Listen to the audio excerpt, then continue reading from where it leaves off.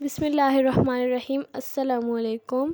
Cooking with आयका YouTube channel पे आपको खुशामदीद। आज मैं आपके साथ ऐसे वाइट सॉस पास्ता की रेसिपी लेकर आई हूँ जो अगर आप रेस्टोरेंट में खाने जाएंगे तो आपको इतने पैसे खर्च करने पड़ेंगे, मगर जब आप इसको घर में बनाएंगे ये डिलीशियस होगा और कम दाम में भी बन जाएगा। बहुत ही इजी रेसिपी है। स्टार्ट करते हैं। सबसे पहले एक पैन लेना है, उसके अंदर पानी ऐड कर लेना है। आपने पानी में 1 लीटर ऐड कर रही हूँ। आप अपने पास्ता की क्वांटिटी के हिसाब से कर सकते हैं। यहाँ पे मैंने हाफ़ टेबल स्पून नमक ले लिया। उसके बाद कुकिंग ऑयल 2 टेबल स्पून ले लिया और बॉईल करने के लिए रख लेंगे। जब ये बॉईल होने लगे तो इसके अंदर पास्ता ऐड कर लूँगी। देखिए मैंने पास्ता ऐड कर लिया। अब इसको मिक्स कर लेंगे और पास्ता को 7 मिनट के लिए बॉईल होने के लिए छोड़ लेंगे। आप अपने पास्ता की क्वालिटी देखिए, जो सख्त है तो वो ज़्यादा टाइम लेगी, नरम है तो कम टाइम लेगी।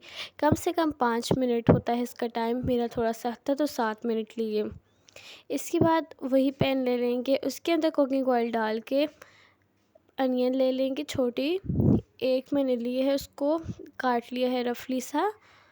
उसको पैन में ऐड करके सौते कर लूँगी हल्का सा गोल्डन ब्राउन होने तक। जब ये हल्का सा गोल्डन ब्राउन हो जाए, इसके अंदर हाफ़ टेबल स्पून लहसुन अदरक का पेस्ट ऐड करूँगी। आप ज़्यादा या कम कर सकते हैं। इसको भी सौते कर लेंगे 1 मिनट के लिए। उसके बाद मैंने कैप्सिकम यानी शिमला मिर्च ऐड कर ली। शिमला मिर्च आप ज़्यादा या कम ऐड कर सकते हैं। ये वेजिटेबल पास्ता है तो इसमें कोई चिकन का यूज़ नहीं कर रही, बग़ैर चिकन के पास्ता बनाऊँगी मैं। तो शिमला मिर्च को भी सौते करने के बाद बॉयल पोटैटो ऐड कर लेंगे। ये ऑप्शनल है, आप इसकी जगह कैरेट गाजर भी यूज़ कर सकते हैं। मेरे पास वो अवेलेबल नहीं थी। इसके अंदर मैंने हस्बे ज़रूरत नमक का ऐड कर लिया। मैंने तकरीबन हाफ़ चम्मच से थोड़ा किया। फिर उसके बाद मैंने थोड़े से चिली फ्लेक्स डाले और थोड़ी सी काली मिर्च डाली। उसके बाद पैन ले लूँगी, उसके अंदर कुकिंग ऑयल डाल के 2 टेबल स्पून भर के मैदे के ऐड कर लूँगी और इसको मैदे को हम लोग इस ऑयल के अंदर रोस्ट कर लेंगे ताकि इसका कच्चापन दूर हो जाए। मैदे को कम से कम 5 मिनट लगेंगे अच्छी तरह रोस्ट होके, तो इसको 5 मिनट तक रोस्ट कर लूँगी।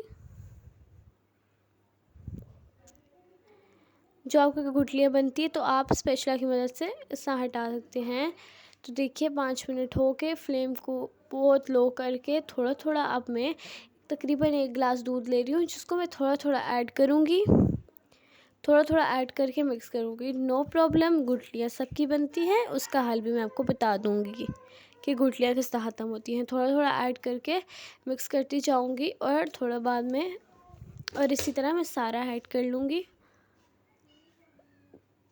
गुठलियाँ ना बने इसलिए आप उसको फ्लेम को बंद करके भी डाल सकते हो थोड़ा थोड़ा। वो मैंने अच्छा गुठली जब बने तो उसको मिटाने के लिए हम हैंड विस्कर का भी यूज़ करते हैं, जिसकी मदद से हम लोग गुठलियों को हटा देते हैं।